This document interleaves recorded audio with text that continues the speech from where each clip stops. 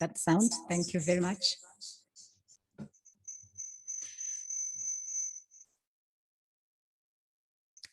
Thank you. Our technical team have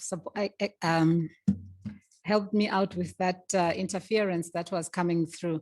Anyway, good morning, Africa, and good morning to colleague journalists. So welcome to our press briefing. This is the usual press briefing that we have every Thursday morning, coming from the Africa Centers for Disease Control and Prevention. So right at the outset today, let me mention that the briefing today will be 30 minutes. This then means that Dr. John will have to go through his briefing very quickly, and also that we request that you start sending in your questions, and so that we can start attending to them as quickly as possible, and also include as many as possible within the time that we have today. Anyway, it's a very good morning from the African Union headquarters right here in Addis Ababa in Ethiopia. And I will now hand over to Dr. John. But before that, let me just remind you of that WhatsApp number that you can use to send in your questions. And it is +251 94 55 02310 +251 94 55 02310. You can also, as usual, come through live or use the question and answer section. Anyway, now it's time to hand over to the Director of the Africa Centers for Disease Control and Prevention, Dr. John Nkengasong, for his usual briefing. Dr. John, you have the floor. Thank you, Wayne, and good morning to everyone from the Africa Centers for Disease Control and Prevention in Addis Ababa, and welcome to our weekly briefing on the situation of COVID on the continent. As of today, the 10th of June, all African member states have reported about 4.9 million cases of COVID, and this accounts for 2.9% of all cases reported globally. The total number of deaths from all member states stands at 133,000, and this represents a case fatality ratio of 2.7%, and that ratio has been constant since we got into this second phase of the fight. The following 5 countries account for 63% of all cases reported. They include South Africa with 34%, Morocco 11%, Tunisia 7%, Ethiopia 6%, and Egypt 5%. If we look at the situation with the variants, we have, as a continent, now reported 28 countries with the Alpha B117 variant. That is the variant that was originally reported or identified in the United Kingdom. A very similar number of countries, that is 28, have reported the Beta or the B1351 variant that was originally identified in South Africa. 13 countries have now reported the Delta variant or the B1617 variant originally reported in India. So the variant situation continues to get complicated. And again, it speaks to the need to adhere to our prevention measures or public health measures as a whole, and also speaks to the need to scale up our vaccination exercise, which I will be speaking on shortly. Let's now look at 2 trends. We'll first of all look at the first week, the last week's epidemiologic trend, and then also look at the last 4 weeks. Between the period of 31st of May and 6th of June, that is last week, the continent reported 94,000 new cases. This represents a 26% increase compared to last week and this week. The following 5 countries are reporting the highest number of cases: South Africa with 33,000 cases, Tunisia 11,000, Uganda 6,900, and Egypt 6,000, and Zambia 5,200.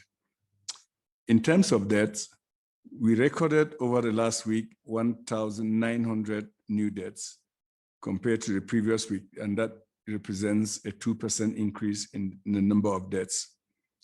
Let us now look at the last 4 weeks cumulatively.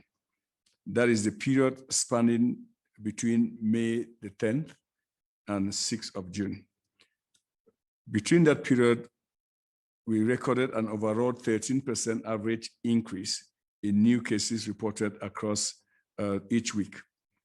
The following are regional breakdowns: 116% increase in Central Africa, 25% increase in Southern Africa, 4% increase in East Africa, 3% increase in North Africa, and 9% decrease in West Africa. The following is a breakdown of the most populous countries in Africa with respect to these changes. 33% average increase in DRC, 28% average increase in South Africa, 26% average increase in Nigeria, 22% average decrease in Ethiopia, 6% average decrease in Kenya, and 5% average decrease in Egypt. Over that same period, that is the last 4 weeks, an average of 0.4% decrease have been reported across the continent with new cases. As a continent, we've conducted about 49 million tests for COVID. And last week alone, the continent conducted 921,000 new tests. However, that represents a slight decrease of 4% compared to the previous week. The overall test positivity rate still stands at 10%. That is very high. And the test per case ratio is about 9.9. Again, that number where we are striving to reach is about 10 tests per case ratio. And let me then segue to the vaccine update on in Africa. First of all, I'll start with the great news that you all heard last Tuesday when the MasterCard Foundation and Africa CDC launched a partnership called Saving Lives and Saving Livelihoods to scale up vaccine across and vaccination across the continent. That is a historic announcement. And that very specifically would do 4 things. Would support member states to acquire more vaccines and be able to immunize up to about 50 million Africans over the next, this year and next year. Support the vaccination program, that is the rolling out of vaccines in member states. Strengthen Africa CDC's own capacity to be able to deliver on its mandate. And lastly, support the vaccine manufacturing on the continent with specific focus on human capacity development. So where are we with respect to the distribution of vaccines on the continent? We've acquired 54.9 million doses of vaccines across 50 member states. And of that number, 35.9 million COVID vaccine doses have been administered. And that corresponds to 65% of total supply available in Africa. The coverage as of today stands at 0.6% that have been fully vaccinated across the continent. And this represents an increase of 17% compared to the previous week. 5 countries that have administered most vaccines include Morocco, Egypt, Nigeria, Ethiopia, and South Africa. There are a few countries that still have not yet started their vaccination program. They include Tanzania, Sahrawi Republic, Eritrea, and Burundi. As of June the 1st, Togo received about 100,000 additional doses of the Pfizer vaccine from the COVAX facility, making it the 3rd country in Africa to receive such from the COVAX facility, that is the Pfizer vaccines. Chad also started its vaccination program on the 4th of June with a priority to immunize health personnel and the elderly from the 400,000 doses of Sinopharm that they received on the 3rd. I think we must extend our congratulations to them that they received their vaccines on the 3rd and started the immunization on the 4th. That is exactly what countries should be doing. So thank you, Wen. I think I'll conclude there, and if there are further questions, we'll be happy to address them. Indeed, thank you very much. That was Dr. John with the brief summary for today. As we said, we are with you for 30 minutes, so we'll try to run down your questions very quickly. And let me take the first one from Carlos Mureiti, and he is the East Africa correspondent for the Quartz. So he says, what are the Africa CDC's thoughts on the status of negotiations around vaccine IP waivers in light of the G7 meeting? So, Carlos, our position, Carlos, has been clear for a while now, which is consistent with the position of the African Union. If you recall, the head of states did issue a decision of the Assembly, which is the highest organ of the African Union, supporting the need for IP waiver. So our position is fully aligned with that. I think it also will enable us to, as a continent, to advance with our regional or African vaccine manufacturing strategy. Okay, thank you very much. We move straight on to Gabrielle Steinhauser, who is with the Wall Street Journal. So Gabrielle says, what countries are you most worried about as a third wave of infections seems to be building in many parts of Africa? Does the Delta variant appear more dangerous to Africa than other variants, given the devastating outbreak in India and the situation in the United Kingdom?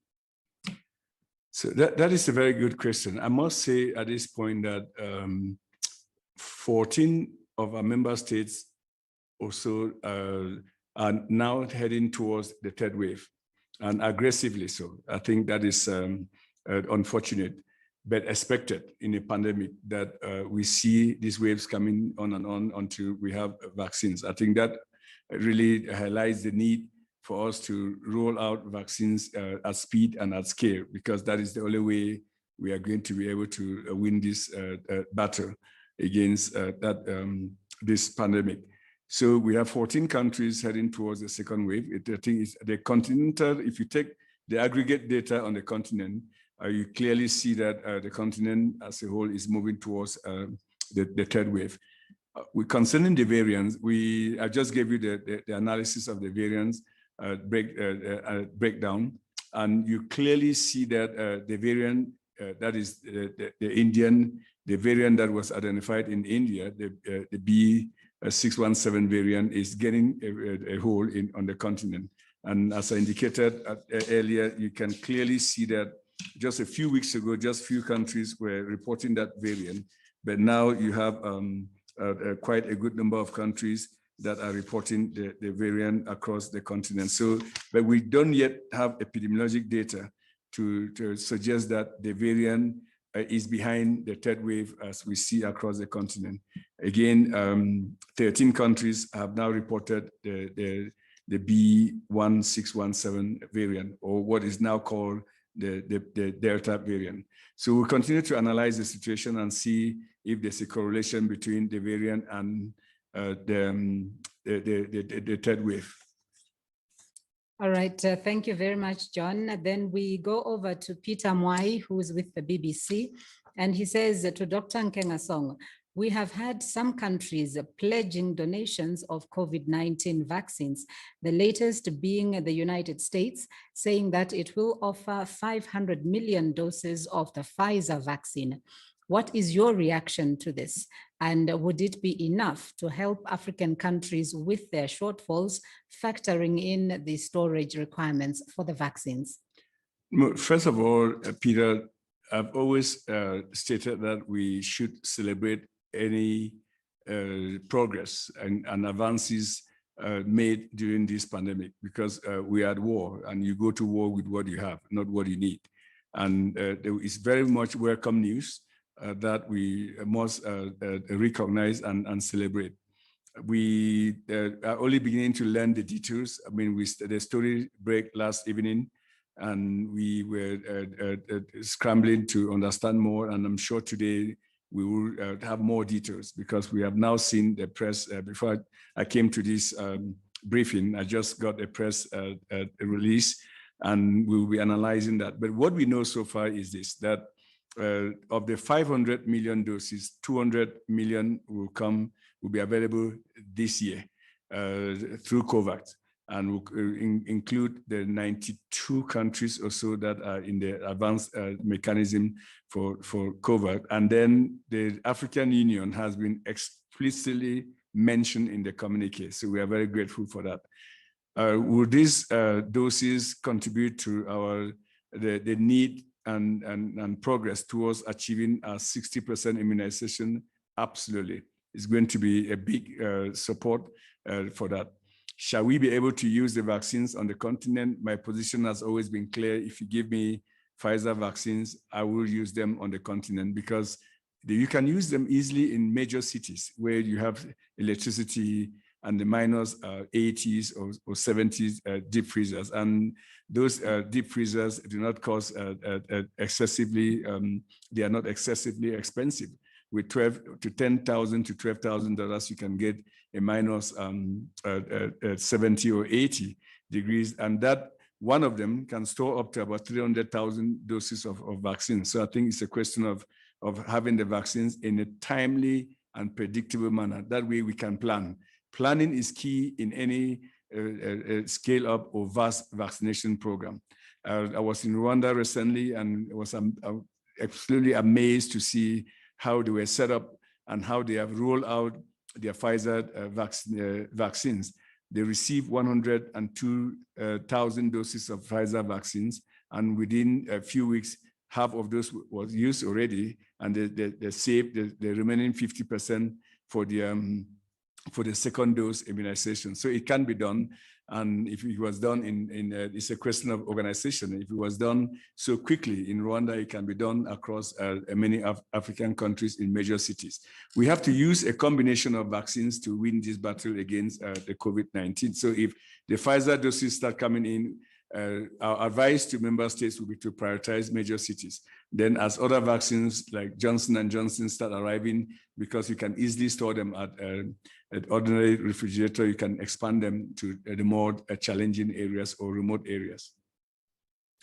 Thank you very much, John. You ended there with talking about Johnson & Johnson. And the next question is precisely about that.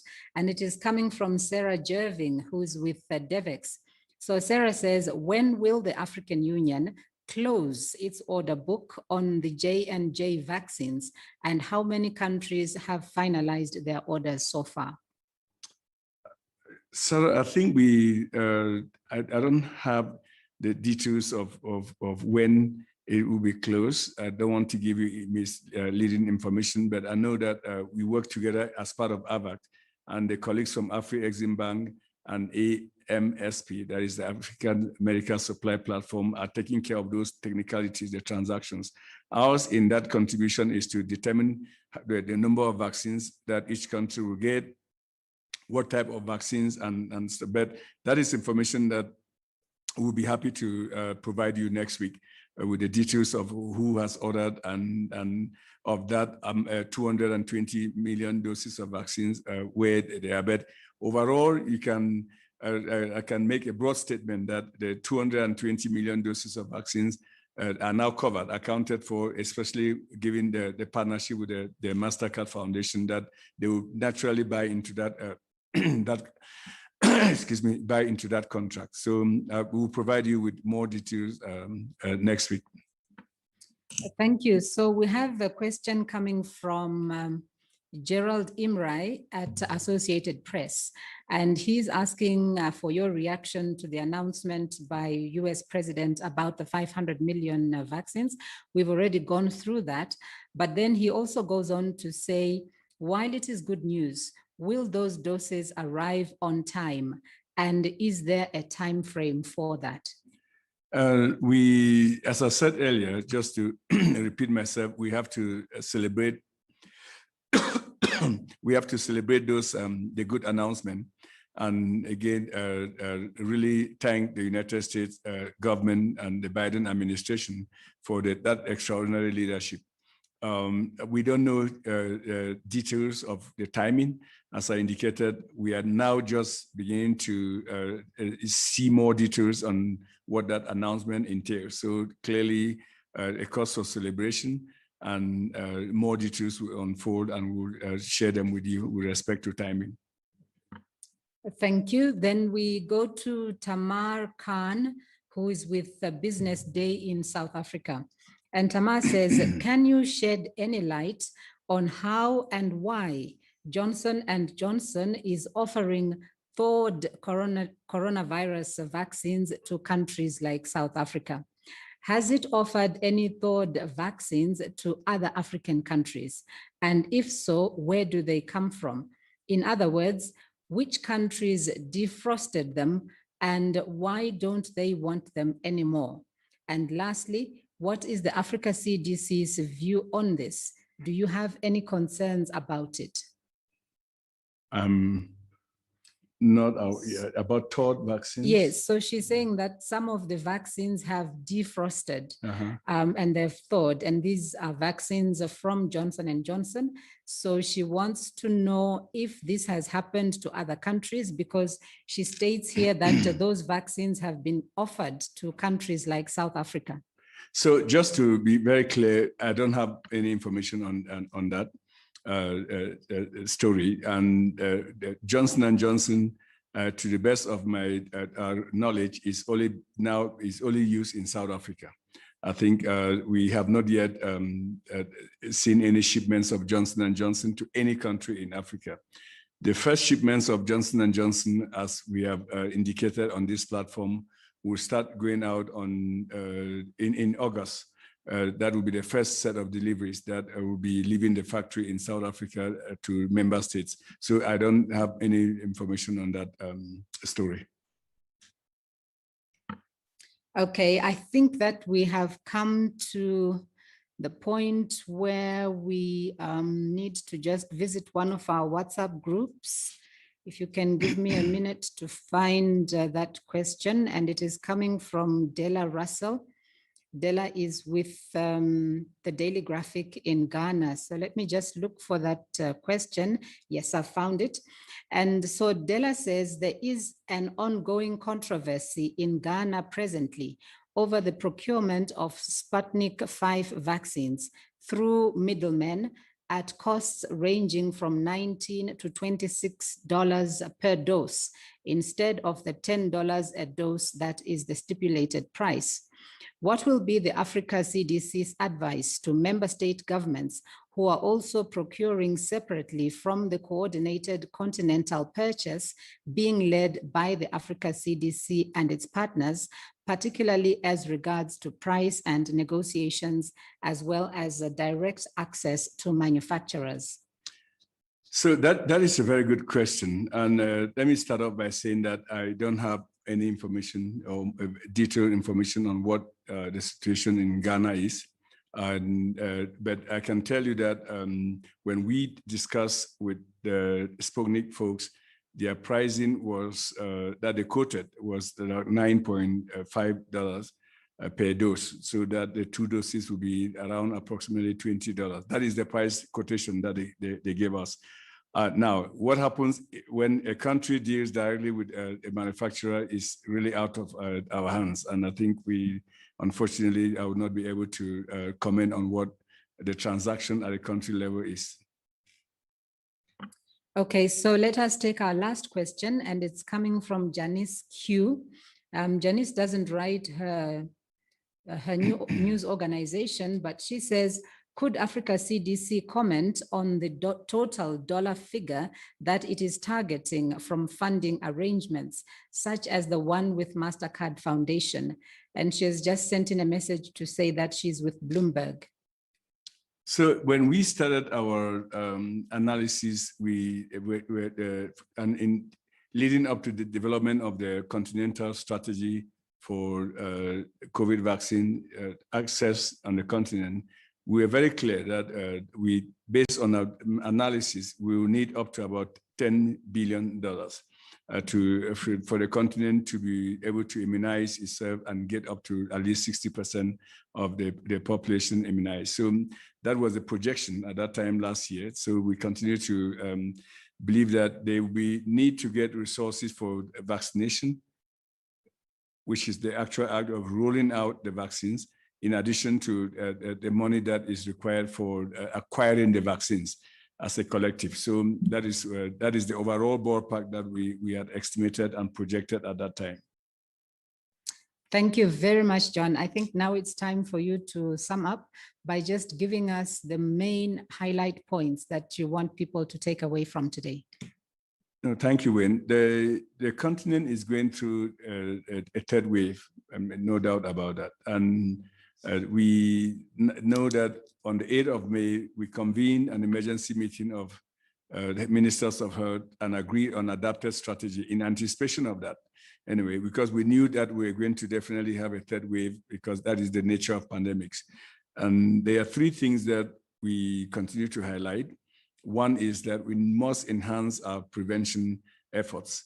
And that will include two things: that the public health measures must be maintained, including masking, social distancing, avoiding crowded space, because when we come together, you offer the virus a chance to spread. I think that is just very important.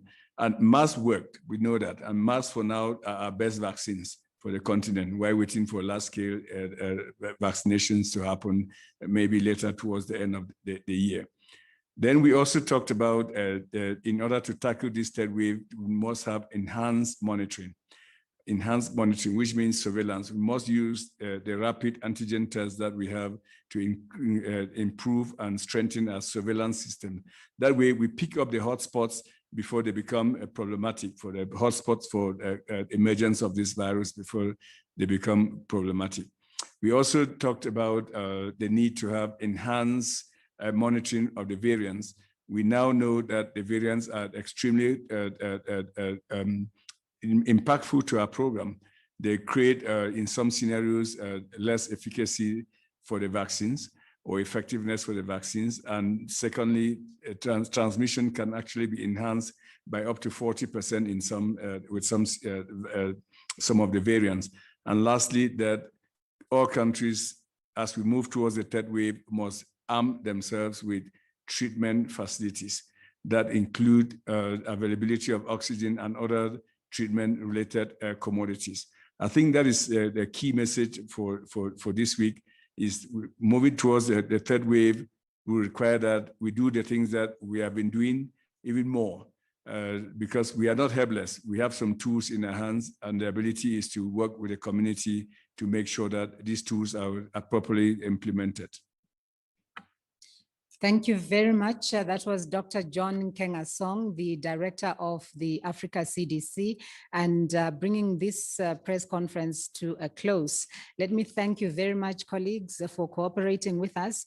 We had a very short period of only 30 minutes for today's press briefing, and you did comply by just asking your one question and also being very precise in the manner that you put the questions that allowed us to come out in the 30 minutes that we had.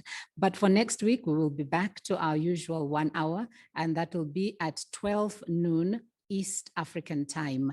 So please join us again next week as we continue to share information on the COVID-19 pandemic, as well as the interventions that are being done at continental level. So thank you very much. Thank you, Dr. John, and thank you to everyone in the studio.